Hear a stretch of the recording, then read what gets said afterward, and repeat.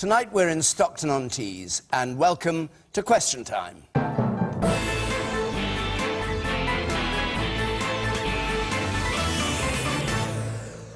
Whether you're watching, listening, thanks for joining us, and thank you to our audience here, and of course to our panel. Tonight, the Conservative former Deputy Prime Minister, Michael Heseltine, Scotland's First Minister, Nicola Sturgeon of the Scottish National Party, Labour's Shadow Energy Secretary, Caroline Flint, the Liberal Democrat Care Minister, Norman Lamb, and the man who made a fortune out of hotels and health clubs and is the star of Dragon's Den, Duncan Bannatyne.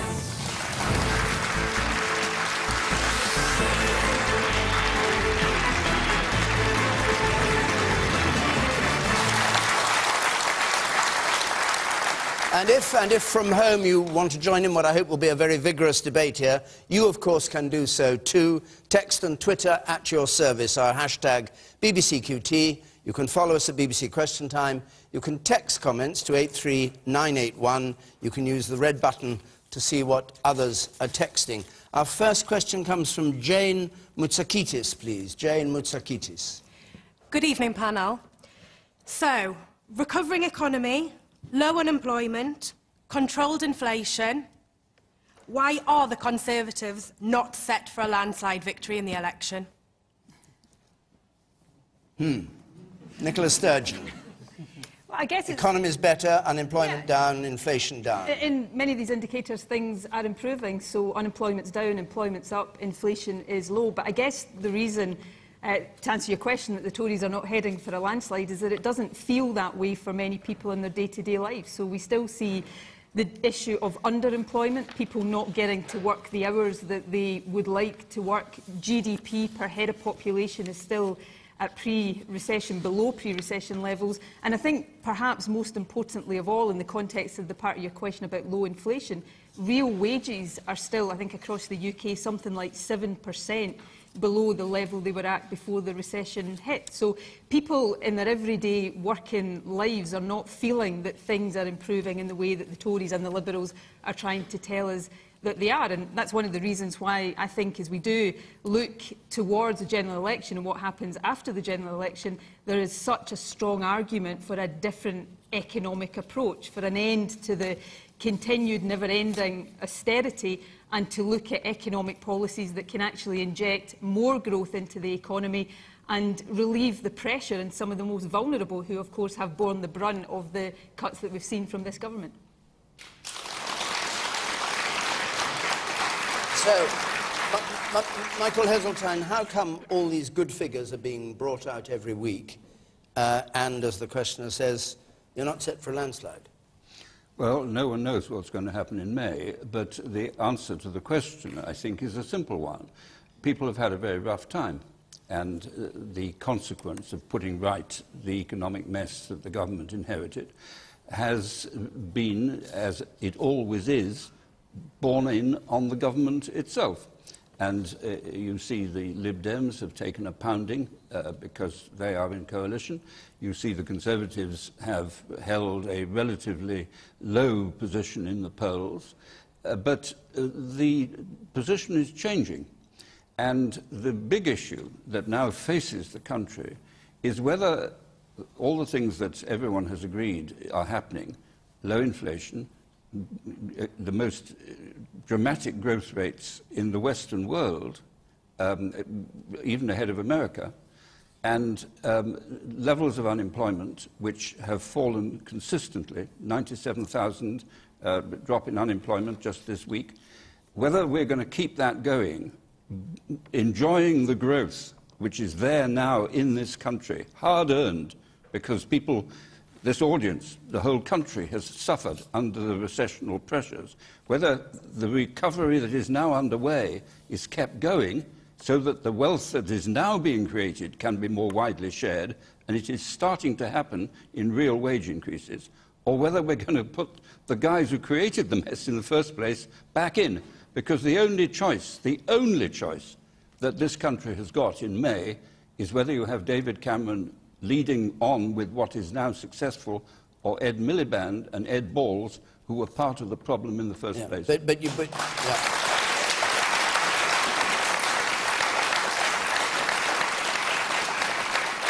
But just briefly, can you answer the question you didn't answer, which is why, if all the figures are going in the right direction, if all the things you say are true, you aren't way ahead in the polls? No, I did explain, because people have had a rough time, and only now, in the last month or so, have real living standards started to rise.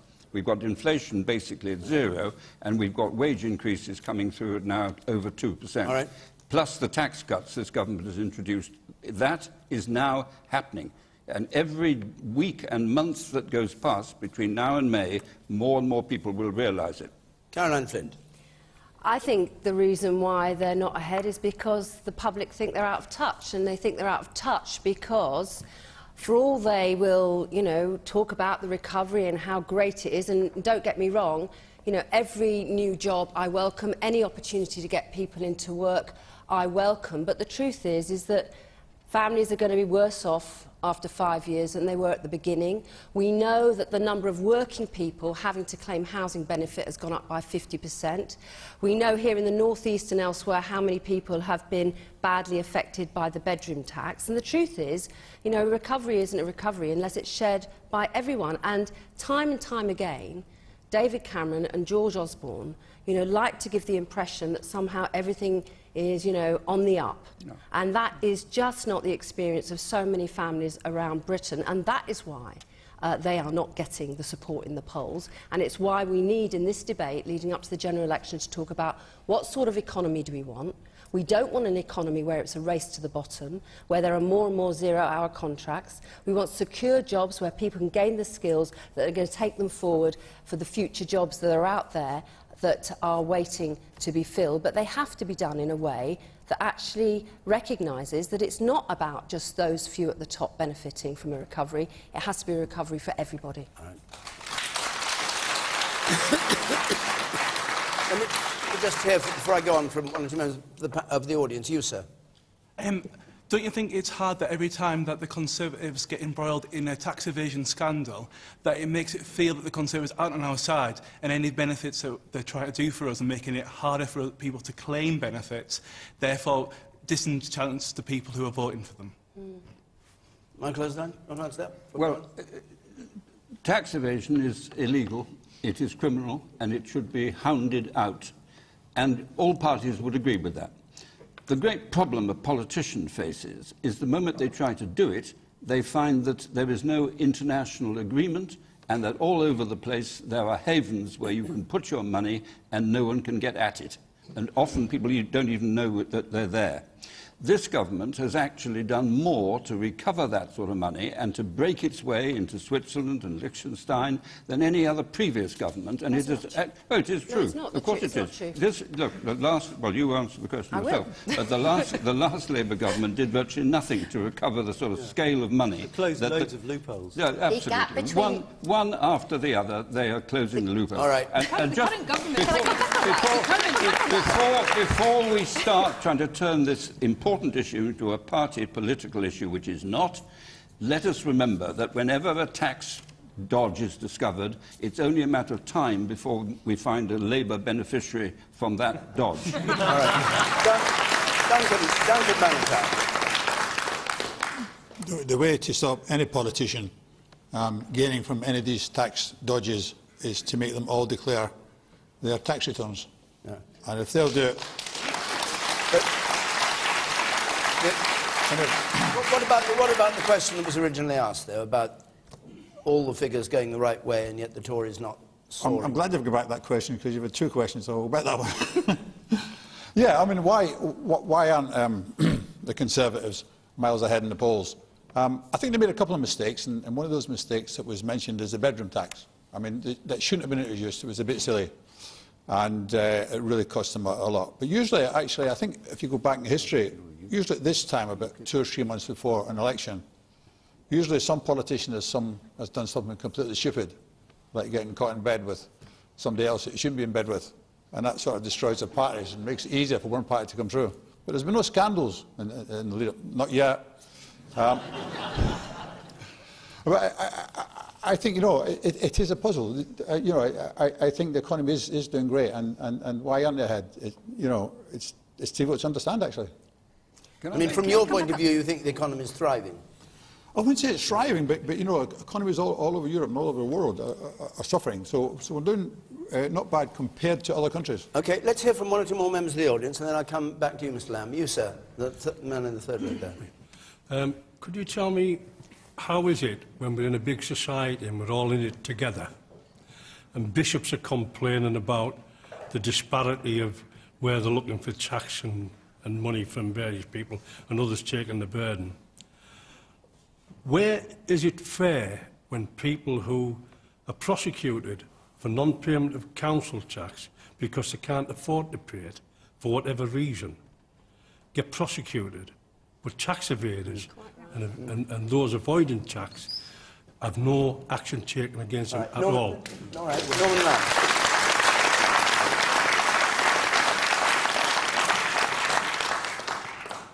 Well, on that particular point, I do feel that there's something of a sense of double standards, and I think that we really need to look at the culture of HMRC. It seems to me that if you seek to evade, in other words, break the law by not paying tax that is due, that is in effect stealing from the state, and there should be an absolute expectation that you get prosecuted, and I don't think that that's the case at the moment.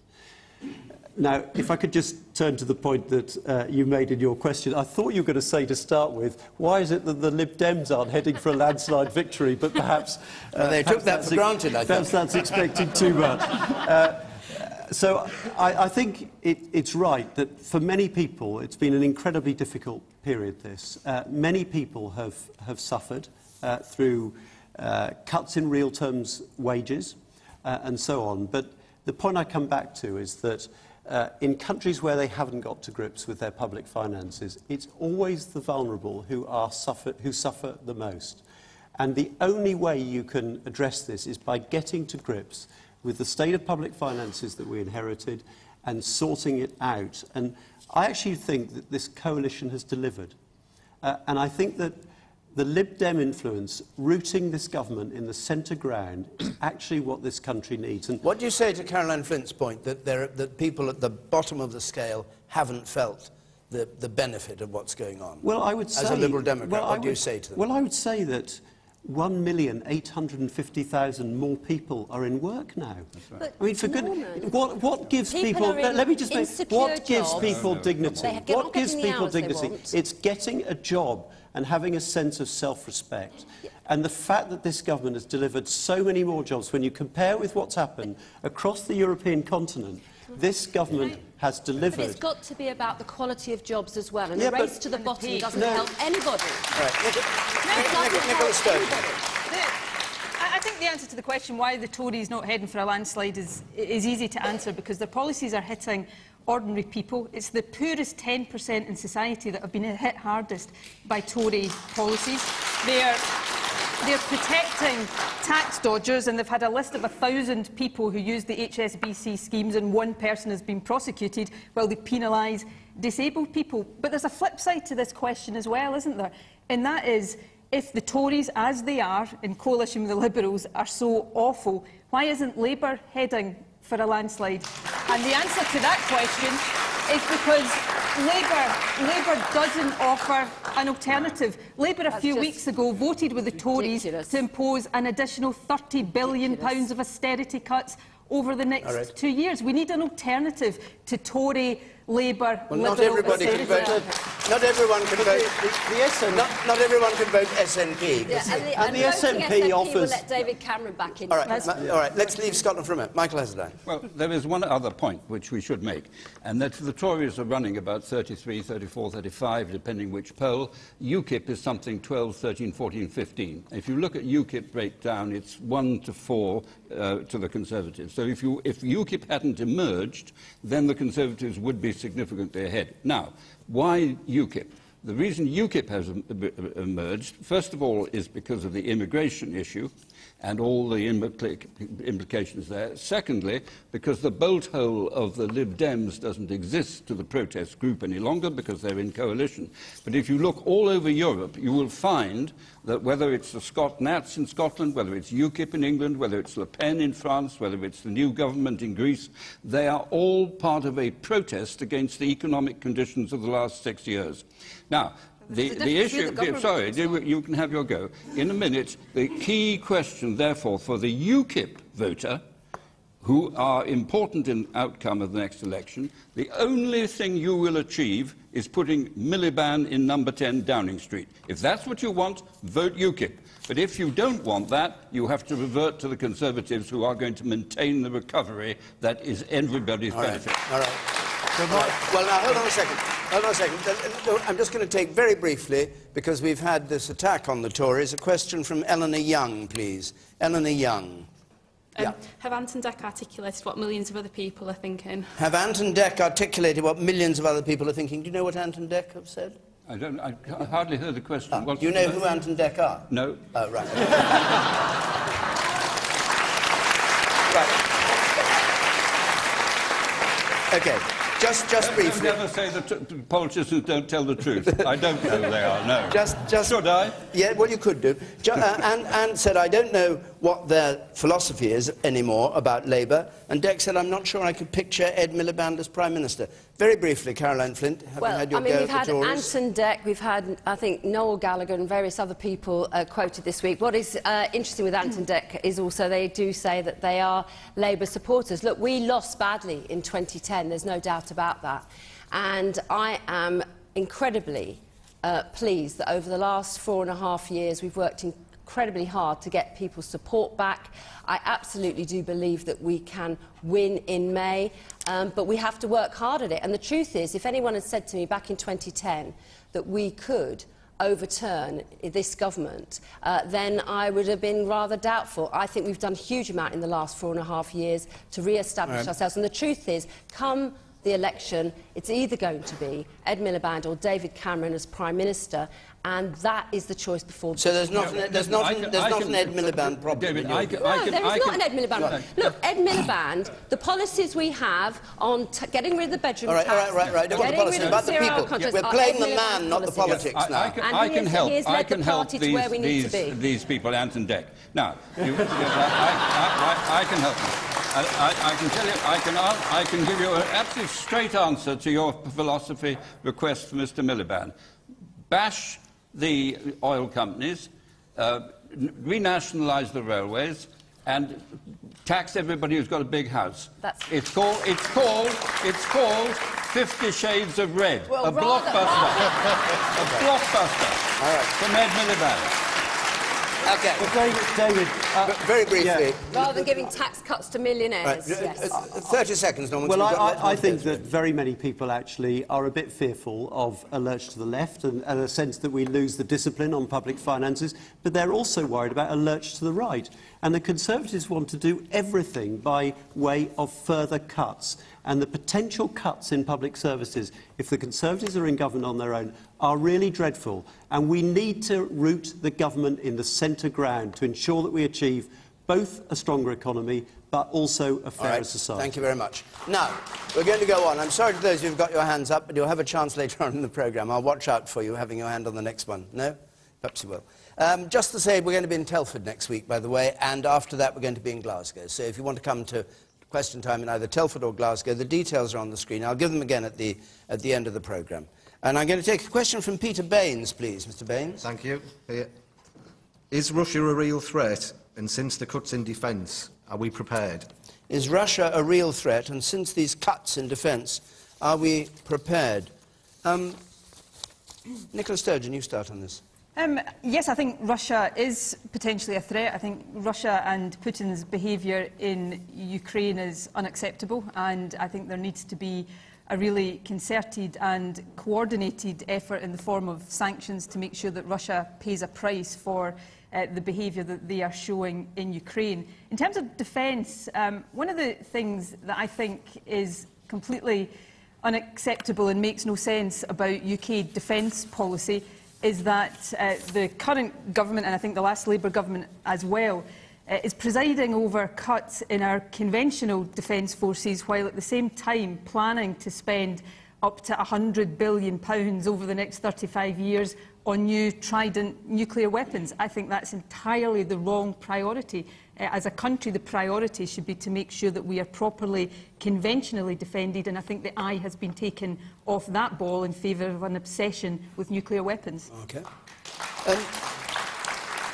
Michael Heseltine, when you were Secretary of Defence, there were over 300,000 soldiers in the army. It's now 100 and coming down to 80. Do you think we're adequately defended? Yes, I think the NATO alliance is the most formidable defence alliance in the human history, and I believe that it has preserved the stability of Western Europe for every year since I was first involved, self-evidently in the 1940s when it was started, and I don't believe that there's the slightest risk of a nuclear confrontation with Russia, because we have a nuclear deterrent. And I am appalled to hear the leader of the Scottish Nationalist Party arguing that Russia is a threat. That's what she said, but she is committed to getting rid of Britain's independent nuclear deterrent. And that is completely unacceptable. I don't think there is any dangerous, tense, military situation that can ever be made better by the presence of nuclear weapons, frankly. Now, if the message we're sending out is that the only way Ukraine, for example, can defend itself is by having nuclear weapons, what is the message we are sending to the almost 200 countries across the world, the vast majority of countries that don't have nuclear weapons? It seems to me to be a recipe for a proliferation, and that is exactly the wrong road we should be going down. Spending that kind of money on nuclear weapons while our conventional forces are cut makes no sense. Well, anybody who has any sense of history can't see that to leave France as the only nuclear power in Europe would be a reckless piece of irresponsibility. Let's just deal with what the Defence Secretary Michael Fallon said today, which was that I'm worried about Putin, I'm worried about his pressure on the Baltics and the way he's testing NATO, Estonia, Latvia and Lithuania. Do you think that, just briefly, is a real threat? No. I think that I much welcome the fact that the Foreign Office, I understand, has put out a statement today saying that there has been no military activities that involve the Baltic states. If there were to be such a thing, then of course the NATO alliance would stand behind those countries, and quite rightly so. But my own view about President Putin is a slightly unconventional one, and it first emerged on this programme when the Ukraine business blew up. I think we need a new accord in Europe, because as I see the future of the next 20, 30 years, Russia has got far more of interest with us than it has against us, because the soft underbelly of Russia is all the instability of the Muslim world. And that's where the difficult tinderboxes facing our particular country and, in my view, the peace of Europe lie. So embracing Russia in an accord across Europe seems to me a major foreign policy objective. Okay. Caroline Flint, do you agree with Michael Heseltine that the Defence Secretary is wrong to say there was a threat to Estonia and Lithuania and Latvia? There was some the NATO countries. Well, was that the right thing to say? Is that the thing? Is that what you fear? I think there are concerns in countries like Lithuania and Latvia and Estonia about what we've seen in recent times and the attitude of Putin. And part of it, let's be honest about it, what is going on here? A number of those countries that were formerly part of the Soviet Union or part of that bloc have, through their own independence, felt that they wanted to turn to a more European style of engagement. And that is expressing itself not only through their wanting to work with the European Union and be part of it, but also as part of NATO as well. And with Putin, clearly, this is an issue. I have to say, I think also some of his bullish, aggressive behaviour is also probably to deflect from problems back in Russia as well. But I do feel that actually the strength we have through the European Union and through NATO will see us through this. I don't think it's about us escalating any sort of, if you like, military intervention, but I do think it's worthwhile looking at what more we can do on economic sanctions, because, you know, that's where it will really hurt Russia and hopefully bring them to the table to discuss. And can I just say one more thing on this issue around Trident? Yes, the Labour Party does support us having an independent nuclear deterrent. And actually, you know, there's many countries around the world who don't have nuclear weapons, but actually, because of us and others, welcome that protection that that brings. And I would really worry, Nicola, if you were in charge of the defence policy of the United Kingdom.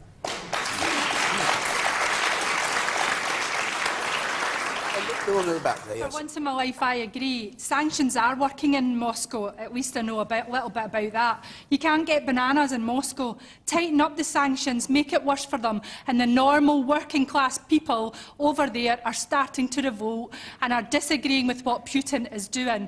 And for once in my life, I'd like to say, if Nicola doesn't want the deterrents in Scotland, move them to the north east. They can come and be in my back garden. I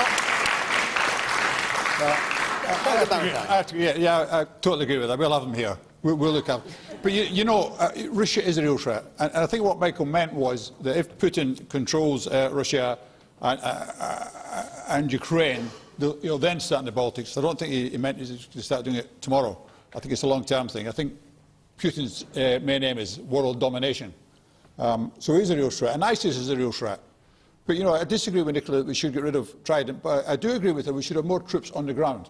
And we should be doing that now. We should be training troops out now, probably to defend our country sometime in the not-too-distant future. And if we don't have to defend our country with troops on the ground, then great. We've spent a bit of money, employed a lot of people, but it's not the end of the world. But it will be the end of the world if we don't defend ourselves.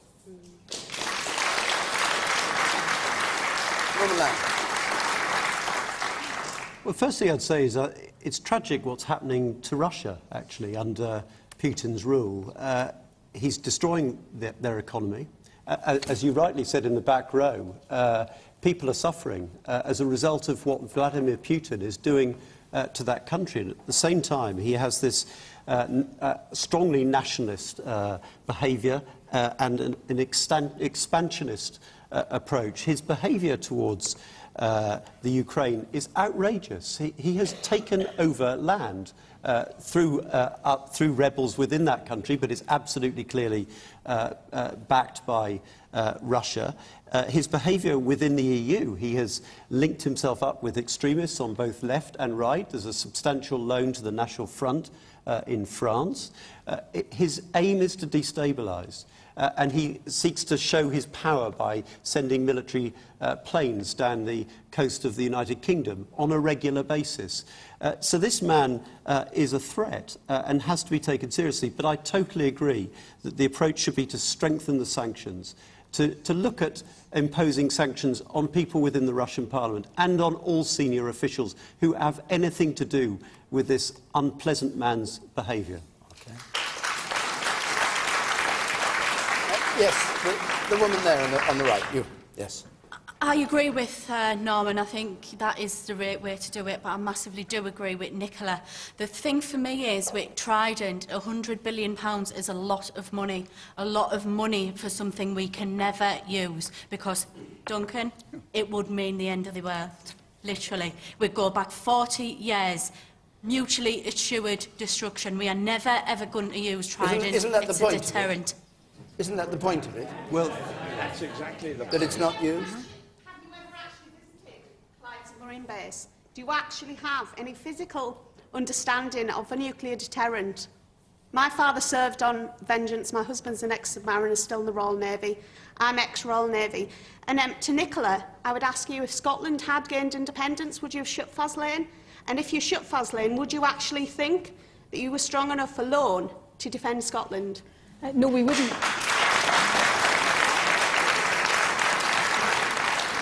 Can I first say I've got the greatest respect for everybody who works in our armed forces, whatever they do. We wouldn't have closed Faslane, we would have turned Faslane into a conventional naval base and the joint forces headquarters of our armed forces. Look, I understand the strength of feeling of this. I should say to Caroline, I know many people in the Labour Party in Scotland and traditional Labour voters in Scotland who would love the Labour Party to go back to its roots and its values and oppose nuclear weapons the way it once did. No, this is about partly about whether you're principally for or against nuclear weapons. I've put my cards on the table. I've always been in principle opposed to nuclear weapons. But where I think the lady in the audience is right is even if you're not, there's a big question we've got to ask ourselves. At a time when public services are under pressure, when there are cuts that are impacting on the most vulnerable, disabled, women, people with children, is it really the right use of £100 billion, £4 billion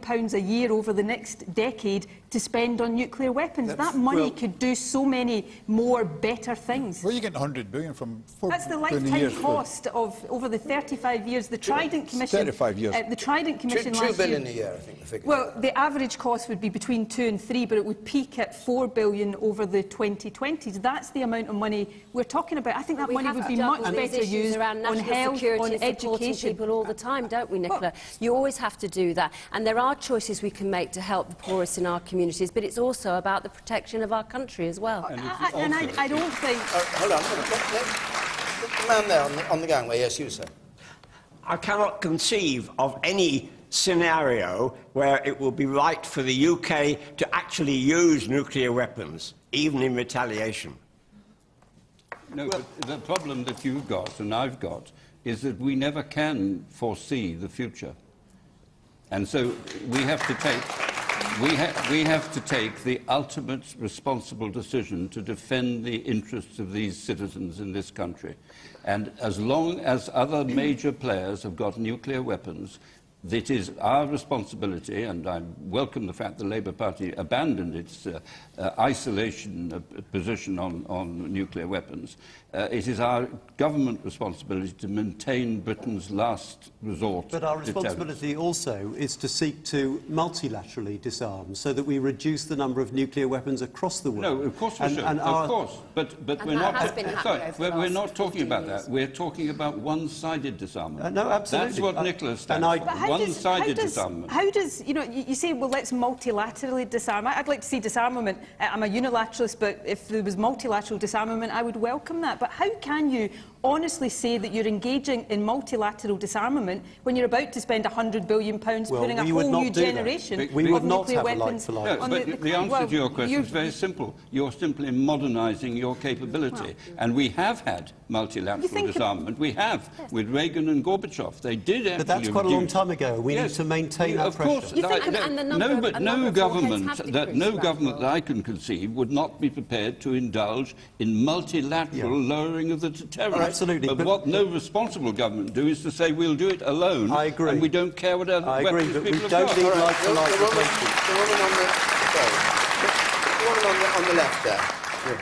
I understand that we need to look at military risk, but in terms of government spending, can we look at statistics? For example, with the cuts that are being made, mental health services are being hit hard. The majority of us here are never going to see an attack from another country, but 1 in 4 people in this room is going to have a mental health problem. Totally agree. You keep cutting crisis teams, that's thousands of people dead every year. How likely are we to get nuked? What do we need to worry about? Can I I'll take one more question up there, and we'll go on. Yes, you said. Yeah, I think to get rid of Trident, or not to have Trident, would be a mistake. I think we need that political power of nuclear weapons. I am concerned. I don't think the human race is smart enough not to use nuclear weapons, but for us not to have it and the rest of the world gather nuclear weapons while we don't, I think would be a serious mistake, and we would live to regret it. Thank you. And Peter Baines, who asked the question, what do you think of what you've heard? I kind of sort of agree more with Duncan that we should have more troops on the ground.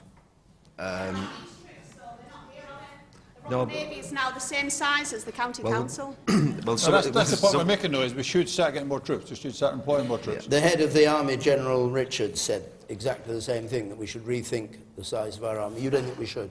Well, you see, I remember when we were facing the Cold War at its peak, the Germans had fewer troops than we did, but they had 1 million men they could call up over a weekend, territorials. Well, are you seriously saying that reservists have the same power, or the same training or the same expertise? Last year, 2 Royal Marine reservists died on exercise because they're just not ready for that kind of commitment. That's like saying we can get somebody who does your job 2 days a week to do it full time. And really what it is, it's a financial gain, isn't it? Let's not dress it up in pretty bows. It's a financial gain because it's too expensive to pay real personnel. We're laying people off. You've got the redundancy phase in, oh, what was it, 95, where Recite shut? Look, then all of a sudden, we No one- didn't have enough people. We still don't have enough people now. What's your answer to that? No one has a greater respect for the Royal Navy than I do, and I share all your passions on the subject. But the fact of the matter is, there is a defence budget. It is a very large budget by the standards of most countries, and I believe in the context of the NATO alliance, it provides an effective deterrent that guarantees our peace. And this is the first time, if you think about it through history, we have never been in this country before for so long a period of peace. All right. Peace. All right. Peace. All right. Yeah. All right. We're going to go on. We're going to go on. We've got many other questions to come. Let me take this one. Thank you all very much. This one from Ian Malcolm, please. Mr. Malcolm. Should David Cameron's proposed policy of unemployed 18 to 21-year-olds having to do community work be extended to all claimants? To all claimants. So anybody claiming any kind of benefit, unemployment benefit, should do community work, you're saying, in effect. Duncan Bannatyne, probably one for you. You can't unilaterally extend it to all claimants. Some people are claiming because they've worked for 10, 15, 20 years and then lost their jobs through no fault of their own. There's some people who have got mental or physical disabilities. That means that they can't work. But you know, I think for 18 to 21-year-olds, I think it's a great idea, and I think we should introduce that. But you can't make it unilateral for everyone. And you know what? You wouldn't find enough work for them to do anyway. Well, what would you give the 18 to 21-year-olds to do? Say here in Stockton, if you have, I don't know how many, several hundred people not in work between 18 and 20, what do you give them to do? There's a lot of things you can do, isn't there? Well, I don't know. I think they can be working and helping and assisting in the NHS. I think they can be and working and helping in lots of parts of the country. We get streets full of rubbish. You know, there's plenty of things that can be done in community work. They should be compelled to do. Yeah. Caroline Flint, would you compel people to do that? I haven't got a problem with supporting people to do voluntary work. In fact, there's been a problem for some time where unemployed people have wanted to do voluntary work. They've sometimes been stopped from doing it because it affects their claim. But I do think we need to, address why it is young people between 18 and 21 aren't getting the job. So one of the things that Labour has said is that all new job seekers should be tested straight away on things like literacy and numeracy, because that shows up time and time again that unfortunately young people coming through that haven't got the basic skills in numeracy and literacy. I think also we should make sure that we actually give a job guarantee, which is what we have also announced, that for those young people, if they're unemployed for a year, that we will provide them with a job, paid work, which they will have to take up, and also for those older adults who've been unemployed for a longer period of time. But the importance about it... How do you guarantee people jobs? I mean, Labour's not going to provide the jobs. Well, part of it is working with businesses, and I actually did this when I was Employment Minister. We had lots of businesses willing to work with government, and what we're saying is that... Those are employed in the public sector? No, that's not true. That is not true, Norm. We've got lots of people. I've got 15 employers in my own constituency at the moment who are working with me to provide You're saying that every unemployed person will be able to find a job? Any young person who's been unemployed for a year, we will provide a job guarantee to make sure they get 6 months of paid work, working with employers in the communities where they live. There won't be an option not to do it, because the important thing is to get people actually working in a workplace. Are there enough employers to go round, in your view, Duncan? No, there's not enough private employers to employ people to do that. And public sector, not just private. Yeah, I think community work is very different from working for a private company. I think it's hard enough in business at the moment, paying 20% VAT in every penny you take over the counter, and then paying huge national insurance stamps, and being told time and time again that you're making too much money when you're not. It's pretty tough out there. Norman Lamb. I mean, the problem with the scheme under the last Labour government, which their current proposals seem to reflect, is that after 6 months, 50% of the people who took up that job were back on the dole again, and these weren't permanent jobs. 50%. What about David Cameron's proposal? Is that a government proposal? I agree. No, it's a Conservative proposal. But you don't I agree with Duncan. People become unemployed for all sorts of reasons. And there's a danger that you sort of demonise and treat everyone the same who happen to be out of work. And actually the real thing that we should be doing for youngsters is ensuring that they have the education to get them into employment when they leave school or when they leave It's easy to say that, but is your policy for or against what Cameron's suggesting, which is community work for 6 months for people between 18 and 21 who haven't got a job? I have no difficulty with youngsters and encouraging youngsters to get involved in all sorts. This is compulsory, not encouraging. My worry with the Conservative approach is that it always seems to be compulsion for those at the bottom, for those often who are quite vulnerable, who may well have mental health issues and all sorts of other personal problems. And yet at the top there seems to be a very different approach to failure. And I would prefer to focus on ensuring that youngsters are equipped for the world of work when they leave school and when they leave college. And my real worry with the Conservatives is they come up with something that I think looks a bit gimmicky, but at the same time are announcing that in government they would cut in real terms funding for education. That would be a massive mistake in my view. Okay. The woman there. Does the government not feel that it's free to punish young people because this only applies to young people? Because they know that young people aren't out there voting, and young people need to get out there and vote if they want to protect their interests. Michael Heseltine? It's a ruse. No, it's not a ruse. It's complex. I accept that at once, because there are young people who, for all sorts of reasons, can't get jobs, principally because their literacy and numeracy is not up to employing standards. That is the fault of the education system. Exactly. And the quicker we become much more determined in tackling this deficiency, I'm sure everyone here knows the figures, 20% of the kids coming out of primary schools this year will be, by normal modern standards, illiterate and enumerate. They will not get the sort of jobs that we all like to see them get. And I'm personally immensely impressed with what Michael Gove and Nicky Morgan have been doing, but there was one step that I think I personally welcome hugely, which Northamptonshire County Council took last week, when they have given notice to each of their underperforming schools. They have got 3 months to put forward a plan to recover the status that a school should have. We have got the most fundamental obligation to young people. And that obligation, of course, carries through if they cannot work for whatever reason. We have to provide the net below which they may not fall. And are you in favour of this community service? But incomparably, the most important thing is to train them and educate them for the world of work. But that's obvious. That's obvious. No, it doesn't happen. David, it is not obvious. Everybody around this table has said it. Yes, they've all said it, but no government has actually been able to do it, so it's not obvious. All right. And it's impossible. It's impossible to do. I was one of these people. I left school with no education. I'm telling you, it's impossible to do. And the reason I had no education, and I actually didn't have a bank account until I was 30 years old. I had nothing until I was 30 years old. And I didn't have a job. I couldn't keep a job. And that's because I'm highly dyslexic. And sometimes that is not recognised in schools. It's still not recognised. I'm very fortunate that my children, we can get a private dyslexic tutor.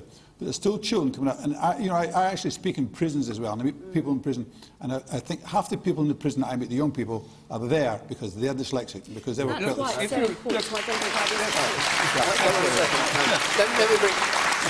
A lot of people wanted to speak. The fact that they are dyslexic would be picked up in schools, and there needs to be remedial solutions. Sometimes we hide it. No, you cannot hide dyslexia. Nicola Sturgeon. You cannot hide it. Nobody should get a free ride on the benefit system. If people can work, they should work. But everybody's circumstances are different, and most people, you know, don't choose to be unemployed.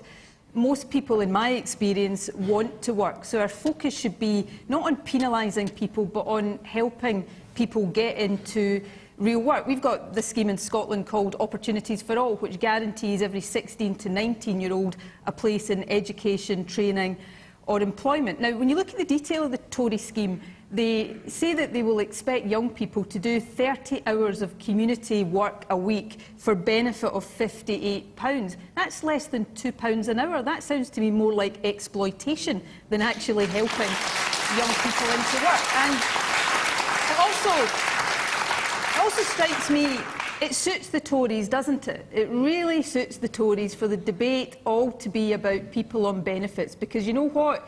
If the debate's all about people on benefits, the most vulnerable, the poorest in society, then the debate's not about the Tory leniency on tax avoiders. That's why it suits them for us to be talking about young people on benefits. OK. The woman up there on the left. We'll hear from one or two members of our audience, and you in the red there. Yes.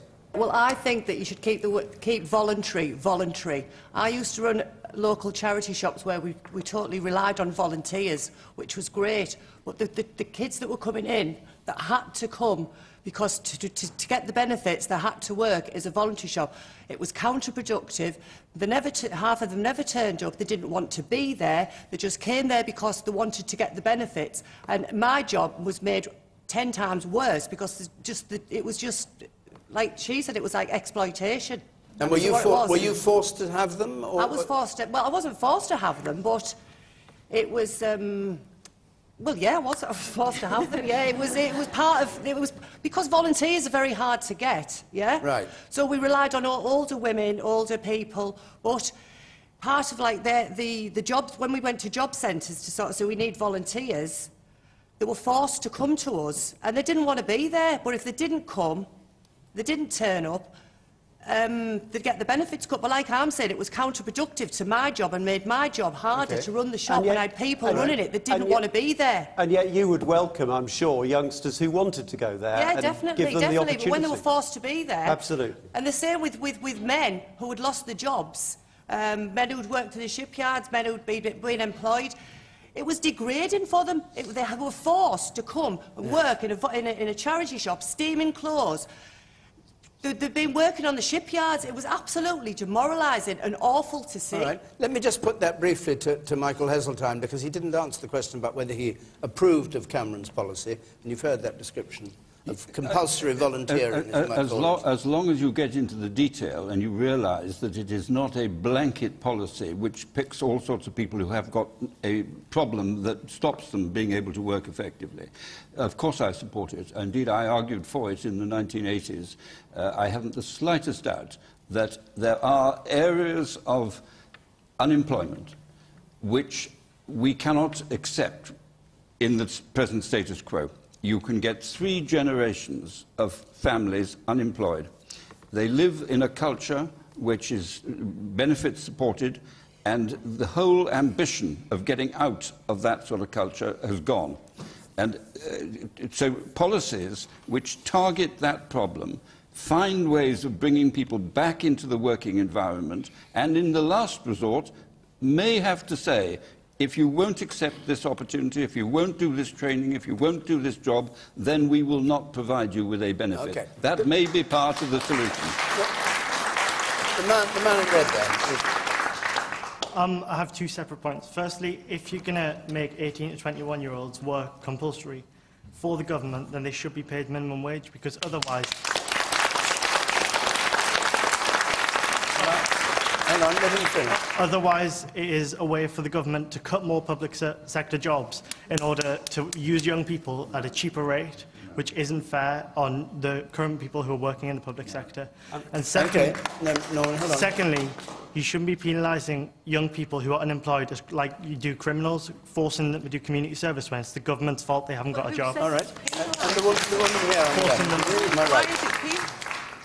Why is it penalising them? Because forcing... Who was saying why is it penalising them? Me. All right, well, you have your say now. Yeah, I'm just saying, why do we see it as penalising them when we're actually trying to give them a bit of self-respect and self-esteem to get up out of bed? Forcing them to work at half of minimum wage. We're saying to them, it's not a career choice to have benefits. Yeah, it's not a career. It shouldn't be a career choice to have benefits. You should have a bit of self-respect. Get up in the morning, go out to work. That should be something that is paid at the same rate as everyone else who does that on a daily basis. I'm not saying it shouldn't be paid, but I'm saying we shouldn't see it as penalising people, expecting them to go out to work. But going out to work at less rate. Penalising 16 and 18-year-olds who are willing to go out to work who can't find work. It's penalising them. Well, it is. Well, maybe your views are different. Yes. But I do believe it does. But I don't believe that we are. The one. All right, and you in the middle there, the woman with the dark hair, yes. The woman with the dark hair there. Myself.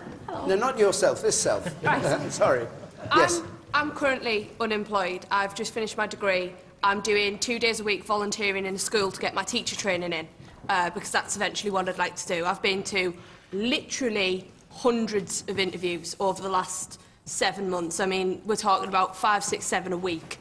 I've had a 3-month placement in a supermarket where I got paid what everybody else got paid, and that's the only outcome I've had since I came out of uni in May. How did you get those interviews, those job interviews? Where did you get them from? I got them from applying for jobs. How did you do that? Well, I used the internet. It's not all through the job centre, because I was able to claim... So you used the internet and you saw jobs available and you applied? Before I was able to claim... So tell you what I did when I was unemployed. I walked round and I knocked on the door of companies and I says, can I speak to the personnel manager and ask for a job? No one ever knocks on my door and asks me for a job now. We're not allowed... We're told by big businesses. We are told by big businesses you have to go through their selection process online. We are told by businesses you have to go through their selection process online, which includes a questionnaire not my business, you and don't. other things. Not my company, you don't. But I'm very glad for the people who work at your company. Okay, but I'm just telling you there's another avenue. And you have to explore that avenue. I'm not criticising, I'm just telling you there's another avenue, you need to explore it. I resent the opinion of people like me, where we all sit at home all day doing nothing, when in actual fact I volunteer, I do things with my time. Not everybody on job seekers of the ages of 18 to 21 laces about the place. Thank you very much. We're running out of time, so I'm going to have to stop this. I just say Mr. Ballantyne's address will be available to anybody who wants it. But it's on the internet. It's on the But I can't give up the opportunity, because of our panel tonight, of having this question from Tamara Pattinson, please. Tamara Pattinson. In the event of a Labour minority government, will Scotland be ruling Westminster? Will Scotland be ruling Westminster when the SNP, as they hope, diminish Labour sufficiently in Scotland and hold a balance of power? Caroline Flint, do you anticipate a position where Scotland and the SNP and Nicola Sturgeon here? Well, Tamara, I'm working to make sure we have a majority Labour government, but I will say this to you. Look, the outcome of the general election is either going to be David Cameron forming a government or Ed Miliband forming a government. And the truth is the general election in Scotland is not really necessarily about the SNP fighting with Labour, because the truth is every SNP vote will put David Cameron closer to running the country. And do you think you could cooperate with the SNP in government? Look, we are fighting for a majority government. That's I know what that. we're going that goes to without do. saying. And what I've said, I think I've been quite clear. What I think I've been quite clear is every vote for the SNP is more likely to put David Cameron in government than it will Ed Miliband. All right. Well, some people might want that, but that is the truth of it. If you want a government that is progressive, if you want a government that's going to deal with things like the bedroom tax and support we don't want the manifesto. Then you vote Labour. We don't want the manifesto on this programme. Thank you very much. There'll be other chances for that. But I want to let me put it to Nicola Sturgeon. Alex Salmon said Scotland needs to turn Westminster upside down when he announced that he was going to Westminster. If you hold the balance of power, how will you use that power, and do you intend that to be the position? Do you hope that will be your position? Well, for more than half my life, Scotland's been governed by Tory governments that we didn't vote for. I guess that's the experience of many people in the north of England as well. So yes, it would be really nice for Scotland to have a louder voice in Westminster after the general election, which they will get if we vote SNP. Now, the SNP would never put the Tories into government, but we could maybe stop Labour implementing Tory policies, and I would hope SNP MPs at Westminster would make common cause with other progressive voices across England. We could link up with people who, like us, want to see an alternative to Labour-Tory austerity. We could link up with people who want to see an end to policies that penalise the vulnerable. We could maybe make common cause with people in England who think, like I do, that privatisation of the National Health Service is wrong. So a progressive alliance at Westminster, I think, would be a good thing for Scotland, but it would also be a good thing for many people across England as well. You failed to mention, you failed to mention you used to get your budget through in Scotland with the support of the Conservatives. Exactly. So you can't put your, get in your high horse about the Conservatives because you worked with them in Scotland. We were a minority government, and we had to build alliances for budgets and for other policies. Sometimes the Labour Party voted for us on policies. And do you know what? Minority government was actually a good experience for Scotland because it meant that governments had to win arguments. They couldn't just rely on votes. So, and would you, just to clarify one thing, would you be voting as Scottish MPs on every issue that some people now think affect only England? Where issues are genuinely English-only issues, I think there is a very strong case for English votes for English laws. But, you know, there are some issues which are often characterised as English-only issues that are not really, because every time... Where would your red line be? What would you count as something where you would not vote? Well, I was going to give you an example in terms of why we would vote on some things like health, for example, because decisions that are taken about the English health service that affect the budget of the English health service have a direct knock-on effect where would you to not Scotland's vote? budget.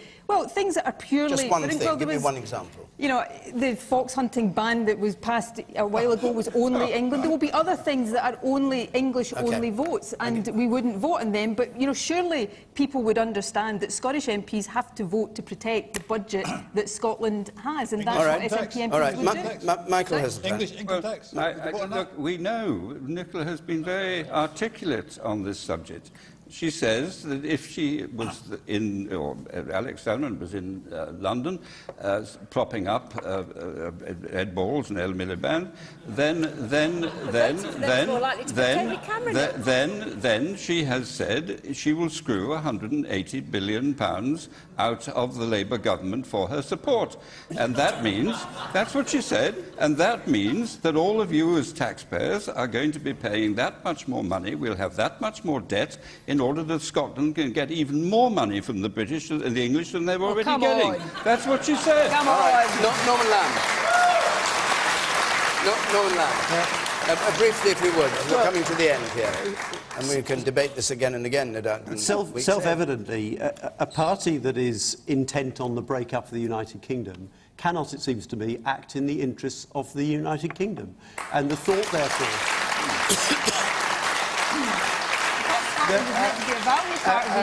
And the thought, therefore, of the Scottish Nationalists having an influence in the next Parliament, or being part of the government, God forbid, absolutely horrifies me. OK.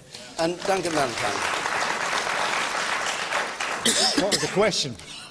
The question. I think we've all forgotten the question. It's, will Scotland be ruling Westminster if there's a Labour minority government? Will the SNP, in effect, be ruling? Well, I hope not. I hope we have one party run this country and not a coalition again after the May elections.